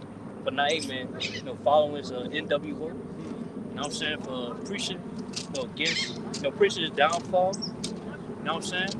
They may assume, man, hey, Esau, he about to hunt us down, man. He about to hunt us, man. But he about to cancel any praises. He's Yeah, wrong line, yeah. He about to cancel, hey, man, trying to cancel the praises, man, to let age be tortured, man. But at the end of the day, man, we're not supposed to fear those things, man. At the end of the day, if we do it to the end, we will receive the crown of life, man. Basically, man, we could be honored for it, man. And then those that did torture us, man, that did have their that put their hands on us, man, we go war them, man. That's the same. It's a way, man, we go put them in chains, man. Just like, hey, those 7 brothers, man, well, hey, that's broke life here account, man. Was hey, man, one of the brothers say, man, hey, man, we doing us right now, we gonna do you, yeah, in the latter end, man. So again, we ain't got nothing to worry about, man. And really all it does is just bring forth prophecy, man, in a sense, man. Yeah. Bring forth prophecy, that's it. Prophecy. So that's why, hey, man, we if anything, man, we rejoicing. We gonna rejoice in that time, man. We gonna rejoice when shit hit the fan. We gonna rejoice. Cause this is times. Cause this is time we be speaking on, man. This is times where, hey, man, Pastor Old been talking about, man. For many generations, man. You know what I'm saying? So again, man, that's why I say, man, we gotta rejoice, man. To be part of these times we in, man. To see, hey, man, we fastly approaching. The time that being spoken on since the beginning. You know what I'm saying? Got some real quick to back you up. This yeah, I'm gonna get straight. I'm gonna get straight to the point. This is Matthew chapter 5 and 12, and it reads, "Rejoice and be exceeding glad, for great is your reward in heaven. For so persecuted they the prophets which were before you." And like that brother was speaking of, hey, ultimately we're gonna have to go through that same persecution, man. I'm like, this dude's cool.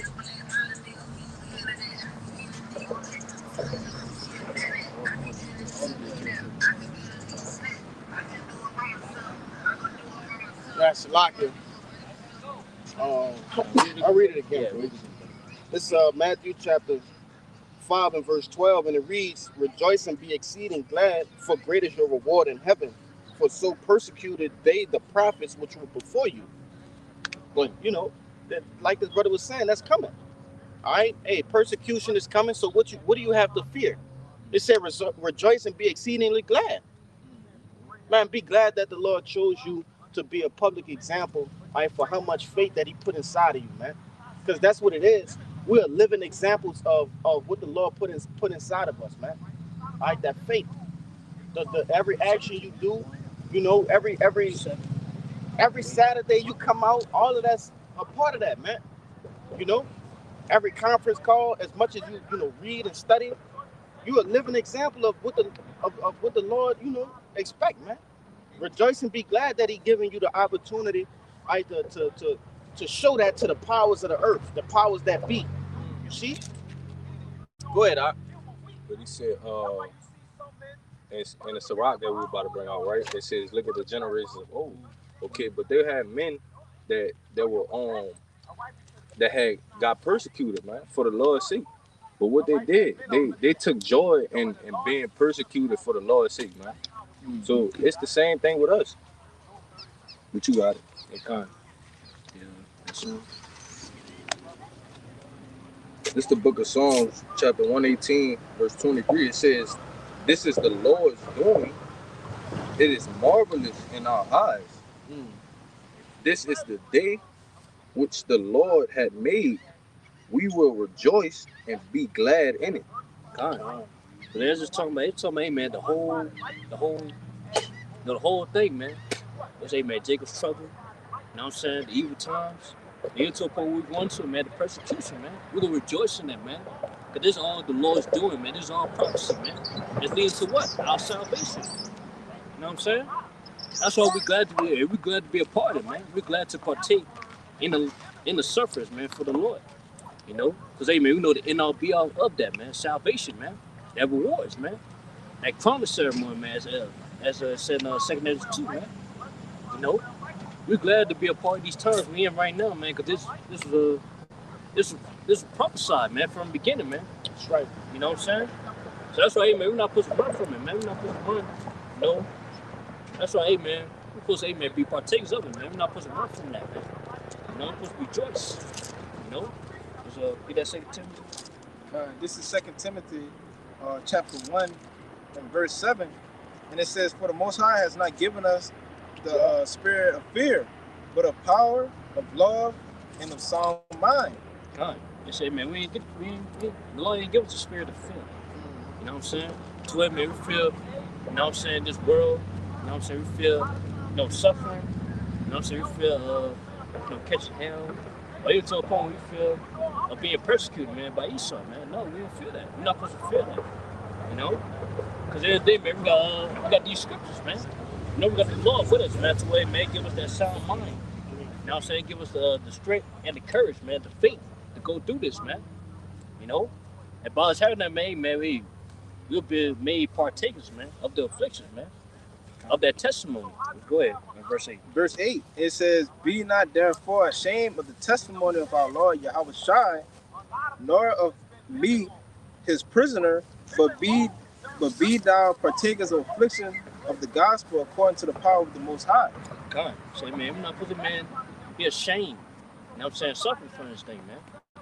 Or even to a point, man, we might face persecution, demonized. Because, hey, man, even people scoffing right now, man. You know about us. You know, saying, man, well, we bums. You know, we wearing dresses. You know what I'm saying? We being fools. We being made fools for your house shall see. It's in Corinthians. And we're not supposed to be ashamed of that, man. If anything, man, we're supposed to rejoice. We're supposed to rejoice of being partakers of it, man. The afflictions, man. Because in the day, man, as people laugh now, people scorning right now, but in the day, man, they'll be willing. Once we get those powers, man, or they see us getting beaten up, man, according to Revelation 5, then ain't gonna be no more talking, man. They gonna be willing. They have thy power, as said in Psalm 110. You know? So in the day, man, let them laugh, man. Let them scoff. Same in Wisdom of Solomon, the 5th chapter. Fifth chapter, yeah, I said that, brother.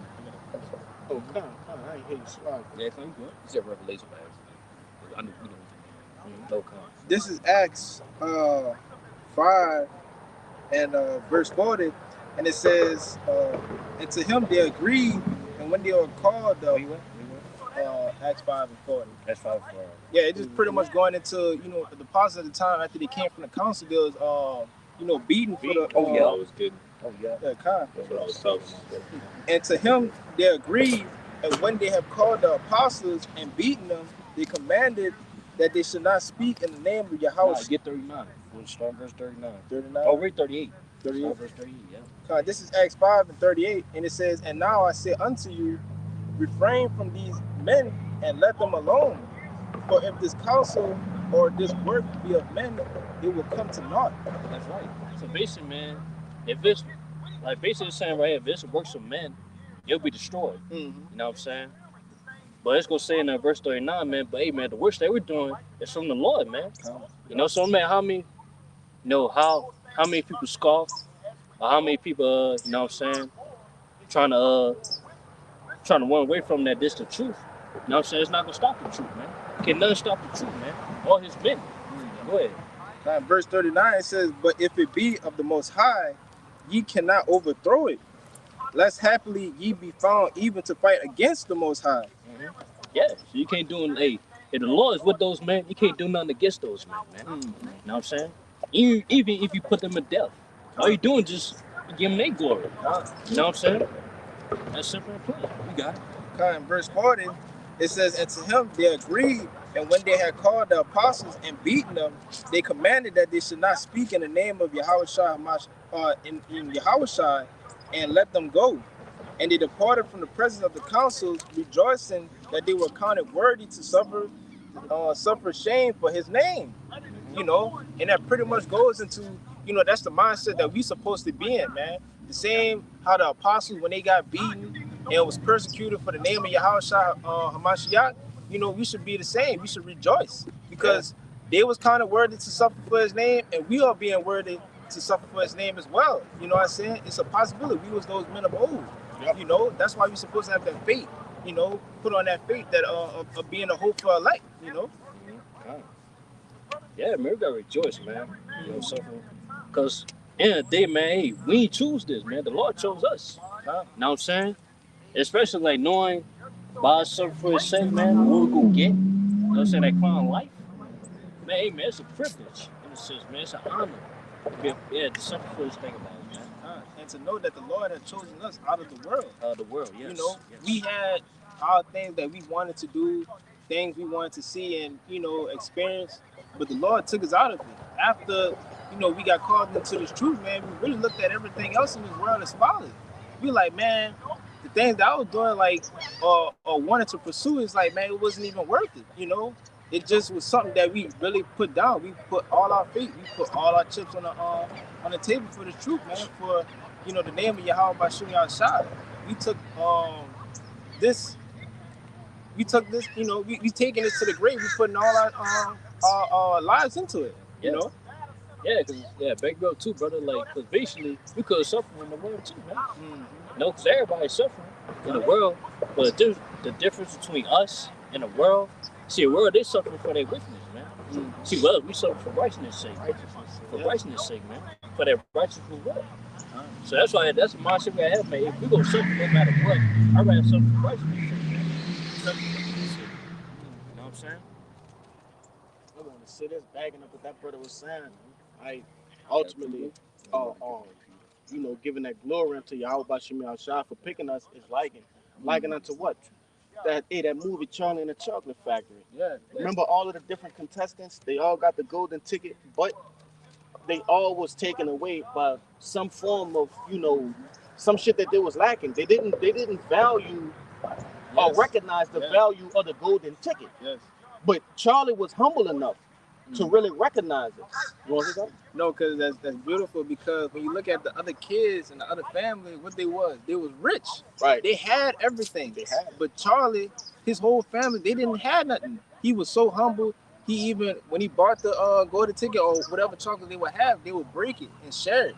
You know, he didn't really take it all for himself. He was still humble enough to give it out freely. You know, and that's why the Lord had chosen us. He had chosen the humble hearted. You know what I'm saying? He didn't chose the rich people or, you know, the athletic skill, none of that. He chose the humble and the meek, because he know that they will value it more than the people that had everything in this world. You know? The Lord, he chose the foolish. Don't give a damn about no celebrity status, cause, riches. So really, we're going to work. We chose the foolish. It's not talking about we chose stupid. Retard. Yeah, retard. Well, you can't say that. I forgot. You can't say that. Yeah, it's not literal. Yeah, It's not literal, man. You know? But basically, man, it's the ones that you overlook in the sense, man. That you look down upon. You know, basically, a fool is looked down upon, man. Or the ones that you don't glorify as much, or you don't see as much. You know what I'm saying? You don't look at it as somebody. You're nobody, in a sense. So basically, that's how the world look at us, man. We nobodies, man. Well, see, the Lord, he chose the nobodies and made them what? Like the underdogs, man. Yeah, you better say that. Man. He chose the underdogs, man. He chose somebody that the world's gonna look down upon, man. Just for what? You know? Just say, man. Really for the Lord to get that glorification, man. In a sense, you know? Because they, man, basically, because if the Lord, if he can wake up celebrities, man. He could choose the celebrities if he wanted to, but all they gonna do is people gonna glorify the celebrity more than Yeah, the the Lord. Lord. Yeah. Hey, the Lord done that. You got certain men within this truth, which I believe we had the pleasure to meet that brother. I forget he used to be a NFL player, but I forget the brother name Salakia for that. But nevertheless, the Lord will do something like that just to show you the power in which He has. He'll get a brother like that, and that brother denounce his fame. He'll throw away the contracts, come home and get busy, man, for the Lord. Hey, that's a heavy sacrifice, you know what I'm saying? Knowing that, you was at the top, you had things that was going to be given to you in the future and all that, and to cast it away for the Lord, that's beautiful, man. That's something that's very powerful that not too many people could do. Most people, when they get the fame and all that, they forget, everything. Yeah. That's right. I got one. Son, you got it. This Psalms 34 and 18, Yeah, Hebrews 10. and it says, "The Lord is nigh unto them that are of a broken heart, Yep. and saveth such as be of a contrite spirit." You know, and that's ultimately what the Lord looking for, man. A contrite spirit, a broken spirit, a humble spirit. All right, and that broken going into what? I knowing that you need the Lord to make you whole, man. It's not built of this world. You see, but yeah, you got it. Huh? This is Hebrews 11 and verse 25. It says, choosing rather to suffer affliction with the people of the Most High than to enjoy the pleasures of sin for a season. Which back to just back to the point you just made, brother. Hey man, even though Jake know the brother, you know what I'm saying, that sacrifice, his status, Yeah. you know what I'm saying, for the truth. Was man, basic man, the brother he was in that mindset, man. To man, he rather man forsook all that, be a part of this truth. You know what I'm saying? Did man to enjoy the status they had for a season, man. Cause that's all for a season, man. Yeah. Cause man, Lord, he gonna bring all that into destruction, man. All this gonna be dissolved, man, according to 2 Peter, man.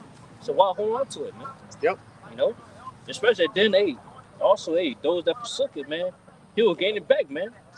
The hundredfold, man. Ends could be everlasting too, man. You know, that's what we fighting for. We fight for something everlasting, man, not temporary, man. Not for a season, man. We fight for something that we can have eternally, man. And that's not just talking about possessions, man. Yeah. Man, that's talking about family members, right? Children, all of that.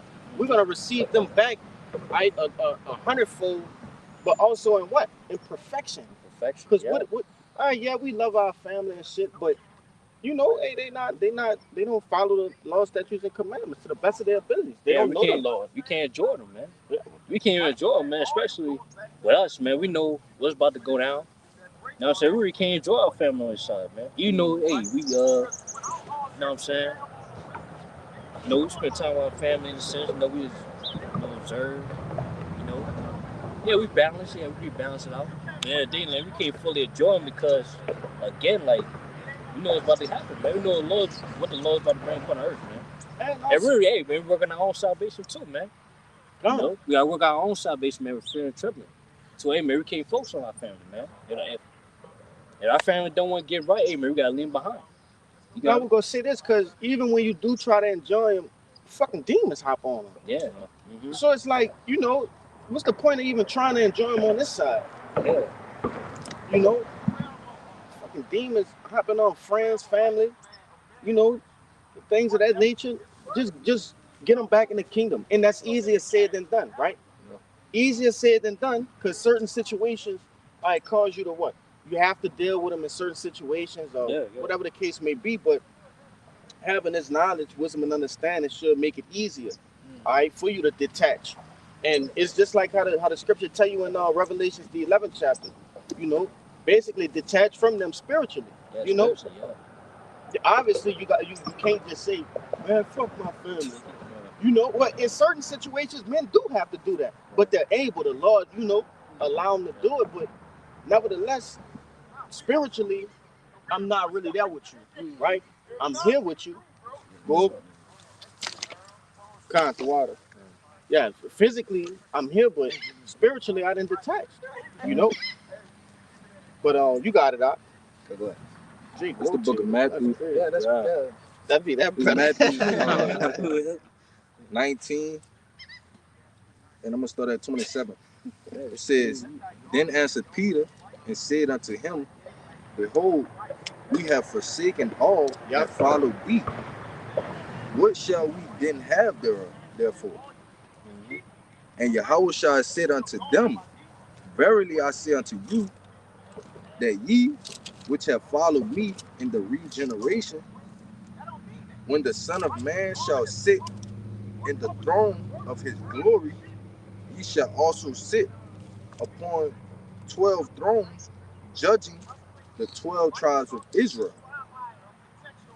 And every man that had forsaken houses, or brethren, or sister, or father, or mother, or wife, or children, or land, for my name's sake, shall receive 100-fold, and shall inherit everlasting life.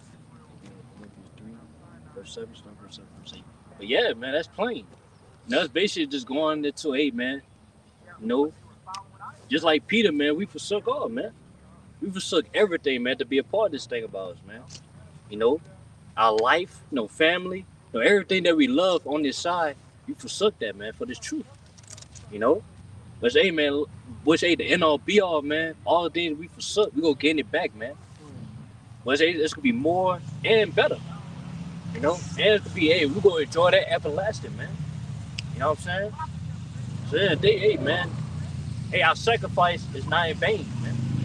As long as we keep doing what we're doing, man, our sacrifice is not in vain, man. The Lord's gonna bless us for our sacrifice, man. Which, hey, man, that's what we gotta do anyway, man. All to be a part of the truth, you gotta make your body a living sacrifice, man. You know? Nah, you can get it. I won't do it. This is Philippians 3 and verse 7. It says, but what things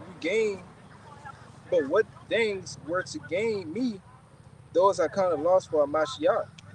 Yea, doubtless, and I count all things but loss for the excellency of the knowledge of Mashiach Yahushua, my Lord, for whom I have suffered the loss of all things, and do count them but dung, that I may win Hamashiach. Yes, man. Basically, man, all the things in this world that we did have before we came to the truth, we had to lose those things, man, for your house shot sake. You know what they? Family, you know, possessions, you know, the things that we want to do in the world, you know, our worldly affirmations that we want to do. You know what I'm saying? Hey, we kind of lost for your house shot, man. It's really, man, now, it's like the more we be in the truth, man, the more we realize the thing we trying to seek in this world is nothing. You know what I'm saying? It's nothing to compare what the Lord bless us with, man. What they did, just truth. You know what I'm saying? The brotherhood. Basically, man, all the things we was looking in the world, we got the Lord bless us with something better. A better version of it, man. Yeah. Like we forsook our family. Hey, man, we got this is a family as a whole. No? So we got brothers, man, righteous brothers and righteousness, man. So, hey, man, they able to uplift you. You know what I'm saying? They deaf and fighting the same battle you fighting. And we got this truth, man. So, hey, man, hey, we're able to get through this captivity, man. You know what I'm saying? And where we at peace, you know? That's one thing that the people don't have. Is peace, a peace of mind. You know? That's better than anything in the world, man. Let's have a peace of mind. You know what I'm saying? And we got that through this truth. You know? So anything, man, like I say, man, now that we have those things, you know what I'm saying? Hey, it's nothing, man. This is more valuable right here, man. You know? It's even more valuable that, hey, man, the Lord, he didn't have to give it to us, man. But he gave it to us, though, man. So, hey, man, the water Yahweh Shema Shah, man, for giving us this truth, man. You know what I'm saying? And even to Poe, hey, man, at the end all be all, man, hey, he gonna bless us with something better. You know what I'm saying? So that's why, man, it's important for us, man, hey, man. Hey, it really, man, hey, man, I'll do it all over again, man. You know what I'm saying? 10 times, you know, for this. You know what I'm saying? Same day, man, we ain't lose nothing, man, in a sense. I got it. You know, we gladly, hey, man, forsaking these things, man, in this world. For this, man, to win Yahweh Shai. You know what I'm saying? Because there's nothing better than, man, to be a part of the Lord's house, man. To be a man, really, to be a man, a friend of Yahweh Shai, man. You know what I'm saying? Because, hey, man, basically, man, all of you to be a friend of Yahweh Shai, man, you got to be against this world, man. You know what I'm saying? Because basically, you're not against this world, you're against Yahweh Shai, man. And what's going to happen to those that's against Yahweh Shai, man? They're going to be slain. You know what I'm saying? But it was, man, we could be joint heirs, man, if we endure to the end. You know? And what better than that, man? To be joint heirs with Yahweh Shai, man, ruin the earth. You know what I'm saying? Ruin these heathens, man, these nations. You know what I'm saying? What better come to that, man? Nothing. So, man, we should at ease forsake this thing as well, man, for this, man. Again, you know, y'all brothers got something? Yeah, I got it. Everybody fully loaded. This is I got. Matter of fact, they love you. Yeah. He loaded. Yeah, go Oh ahead. no, I said everybody, all of them. Okay. My quick straight to the point. There you go. Yeah, go ahead. This in the NIV. It's Luke 14:33, straight to the point. It says, "In the same way, those of you who do not give up everything you have cannot be my disciples." So man, you can't enter the Lord's house, bro, trying to carry everything, bro. You're gonna lose something dealing with the truth, bro, dealing with the Lord, bro. It's just ain't no way possible, bro. You gonna lose something. You have to give up. It's only right, bro. Yeah, because it requires a lot, man. It's much required of being of the Lord's disciple, man. Was it a living sacrifice? You know what I'm saying? To a point where, hey, man, you gotta sacrifice your life. Yeah, like you said, brother. So if you're not willing to sacrifice yourself for Yahweh Shai, man, you're not a disciple, man. Because in the sense, Yahweh Shai, he did for us. He sacrificed himself, so hey, man, we able to obtain this, the truth. Yep. You know what I'm saying? So hey, man, Lord, so we can gain the understanding again, man, of this truth. Because one time this was sealed. Can't nobody understand this truth, man. Until, hey, man, Yahweh Shai, he sacrificed himself to, hey, man, to unloose those seals, man. You know what I'm saying? So, hey, man, why not do the same for Yahweh Shai, man? You know? Which, hey, man, that proves us as friends. You know? And we don't even have to do it physically. He did it physically, bro. He did, yeah. He just asking us to spiritually, hey, die for me. If you love me, spiritually, you know, die for me. And that's what we did. We killed that old man. That's why we gotta constantly kill that old man. You know? Now, like this brother said earlier in the lesson, some men will taste of death, but not all. Not all. You know, but we all had to do what? Go through the spiritual death though. We all had to do that first. You know? Or either way it goes, like, we don't know. We don't know which one going to be a martyr. Right. We don't know which one that shall not taste death. We got to be prepared for both. Either or. That's right. No separate plan. But either way it go, man, let's go have the same result anyway, man. Yeah. You know, being glorified by Yahweh Shai, man. Let's say being crowned by Yahweh Shai, according to 2 Ezra 2, man. You know what I'm saying? That's something better? There it goes. Good, Yes, sir, brother. This Romans 8, and I'm gonna start at 17. It says, "And if children, then heirs of the Most High, and joint heirs with Hamashiach, if so be that we suffer with him, that we may be also glorified together. For I reckon that the suffering of this present time are not worthy to be compared with the glory which shall be revealed in us." Say, man, all for you, man. If you want to, know what I'm saying, partake in that glory, the same as a Yahweh Shai, man. Know what I'm saying? Hey, you got to suffer with him too. You know? Just like, man, Yahweh Shai, he had to suffer, man, to be at the right hand of the Father.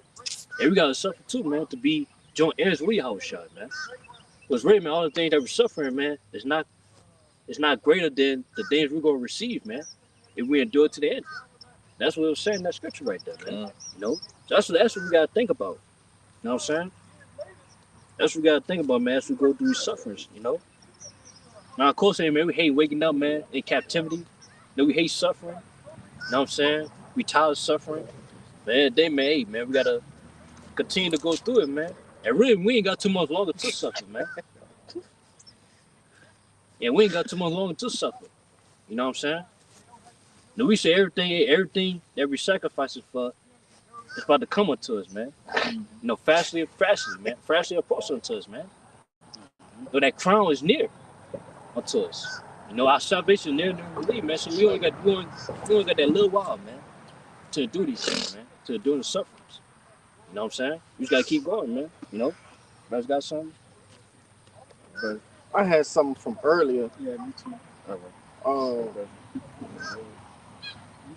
yeah, I'm gonna still bring it out. It's this account, right, going into how the apostles they was coming in straight away, man. They dropped what they was doing. That's right, You know? yeah. This is the book of Matthew, chapter 4 and 18, and it reads, "And Yahushua walking by the sea of Galilee saw two brethren, Simon called Peter and Andrew his brother, casting a net into the sea, for they were fishers. And he said unto them, Follow me, and I will make you fishers of men." Right? And I want to bring this out just to show like the Lord done the same thing with us, man. Yeah. That fishers of men is going into us doing this truth, man. That's right. All right? Hoping that when we cast out this truth that we can collect the elect, man, and wake them up. Take them up. And you can break it down, from here, brother. Yeah, come on. Verse 20, it reads, it says, "And they straightway left their nets and followed him. And going on from thence, he saw other two brethren, James the son of Zebedee, and John his brother, in a ship with Zebedee, their father, mending their nets, and called them. And they immediately left the ship and left their father and followed him." Yeah, the point is, man, it said straight wait. Immediately, man. Yep. It said as soon as they heard it, they immediately left, man. They left their what they was doing, man, to follow your house shot, man. It was man, same thing happened with us, man. As soon as we heard this truth, man, that was it. That was it, man. I know, speak for myself, man. Speak for myself first and foremost, man. You know, I woke up in like a month after I graduated high school, man. You know, when you graduate high school, man, you know you got plans, man, what you want to do in the world. I heard at a month after I graduated, I heard this word, all that went away. That was it right here. What's it? The scripture say that, hey, man, the Lord, he withdrew man for his purpose. Yeah. You know what I'm saying? Say, man, yeah. Because we all thought, man, we want to do something in the world, man. We all had that thought at one point. But Lord, he withdrew us from that purpose to where, hey, man, we was preordained to do this, man. You know? What's it again, man? Our mindset, man, once we heard it, man, that was it. You know? That was it, man. You know, we took everything to be a part of this, man. You know what I'm saying? And we'll say the Lord, he gonna bless us for doing so. What you got? All right, this is a precept going into the reason why we forsake, this world, man, because the works that we doing now, it had purpose and meaning to it, but the things of the world, it didn't have meaning. This is Ecclesiastes 2 and 17, and it says, "Therefore I hated life, because the work that is wrought under the sun is grievous unto me, for all is vanity and vexation of spirit." While we going through this world and all the things that we was doing, we seen that it was vanity and it was vexation of spirit. We never cared about this world, man. Everything that you do in this world is pretty much in vain. You're doing it without a purpose. It doesn't have no purpose in this world. But since we came into the truth, the Lord has given us that chance, to come into the truth. We found a meaning in our lives now. Now we don't have to worry about things of this world no more, because the Lord has set us free, with this wisdom, knowledge, and understanding, man. Yeah. Really, hey, the Lord, he made us to be above the world. You know what I'm saying? You know what I'm saying? So, hey, man, Lord, he ain't set us to make it in the world. Lord has set to, hey, man, we gonna make it in the heavens, man, above this world, man. But it's really, hey, man, hey, the only way, hey, man, we've been, shunned from things in the world, our worldly desires. Hey, man, we got something better that's coming to us, man. So really, man, hey, man, what was lost, what is coming unto us is better than what was going from us, man. I tell you, better is the end of a thing The beginning, yeah, that's right. I got a precept for you too. Go on. Just you quoted it, but I'm gonna bring it out. It's John, book of St. John, chapter 8 and verse 30, and it reads, "As he spoke these words, many believed on him. Then said Yahushua to those Jews which believed on him, If ye continue in my word, then ye are my disciples indeed, and ye shall know the truth, and the truth shall make you free." And that's what's happening now, man. We continue in this world. The more that we continue in it, the more we being free. The more we putting off that old man, the more we putting off the things of this world. And the things that's coming for, you know, this wicked kingdom, you know, the more free we'll get. Seeing that the prophets coming to pass, knowing that we're going to be saved, you know, knowing that we got something better in the future, you know, the new heaven and new kingdoms, you know, that's what's setting us free. We're not being mentally shackled to this world no more, you know? That's right. Oh, And, oh, you got it. go ahead. I would say, yeah, basically, you know, now we're being made free, you know, by this truth, man. Yep. Basically, man, now we're being made free from the false philosophies of this world. Yeah. And really to the point where we really don't care about the world. Because everybody in this world is trying to keep up with the world, man. They're trying to keep up with each other. Rather than no possessions, no clothes, you know what I'm saying, career. But with us, man, hey, we don't give a fuck, in a sense, man. To where, man, we're not keeping up with the Joneses, as I said. You know what I'm saying?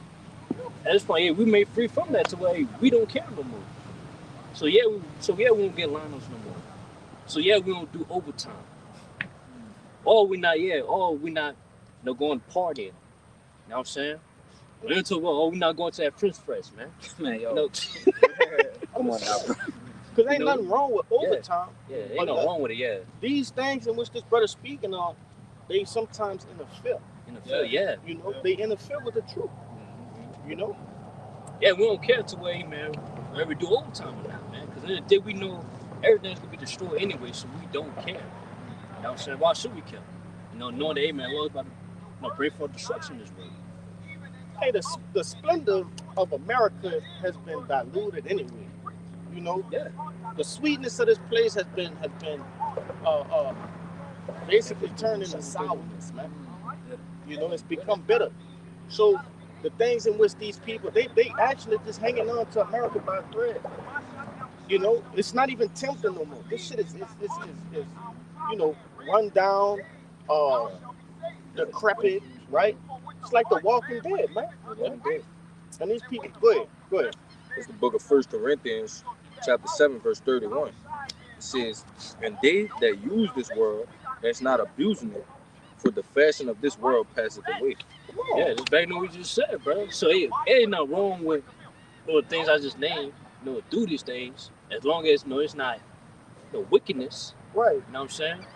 But at the end of the day, man, we're not abusing it. You know what I'm saying? Of course, hey, man, we work. You know what I'm saying? Or we do certain things in the world. You know what I'm saying? Balance. But at the end of the day, man, we don't do too much, man. To where, hey, man, we're not too involved into this world, man. You know what I'm saying? Because at the end of the day, we see the fashion of this world passes away, man. You know, we say, hey, man, really, like you said, brother, like the prime that America had, man, is gone. You know, it's gone, man. To where you could clearly see that we're at the end, man. You know, we definitely at the end, man. Where this place about to be over with. Hey, Jake not about to go to the fucking French Quarter Fest and knowing we got camp. You see? Yeah. Jake not about to go on a date with his girl on a Saturday during the times of camp. Like, nah, man. You know? Just going into what this brother was explaining, man. You know what I mean? Go ahead, Khan, and we'll end it out on that. Khan, this is Mark 8 and verse 36. It said, "For what shall it profit a man if he should gain the whole world, and lose his own soul?" So, what profit do you gain from gaining all the wickedness in this world and losing your soul? Because in this world, you got to be wicked in order to move up and progress. You know, so what does it profit you? You know, in the process of you doing that, you're gonna lose your soul. You know, you're not gonna have no morals or liberty to yourself anymore, man. You're just gonna be, folly. Yeah, you gonna lose your own self, man. Because in the end of the day, man, the Lord is about to destroy this world, man. Yeah. And you could be strong with it, man, if you hold it deaf. So it's best for you, man, to lose this world. Lose it, forsake it. Hey, man, either lose it or be burnt up with it, like I always say. Simple and plain. That is it. All right, man. So, hey, man, that's it. For this camp, Lord willing, your intellect was edified. The ones that's watching and listening. Now, before we get out of here, man, we'll give our praises to Yahweh, Ba'Shem, Yahushua, Ba'Shem, Rakawadash. The bomb of Apostle is GMS, the peace of mercy trophy elect. A ball. Kwame Yasharala. Shalom.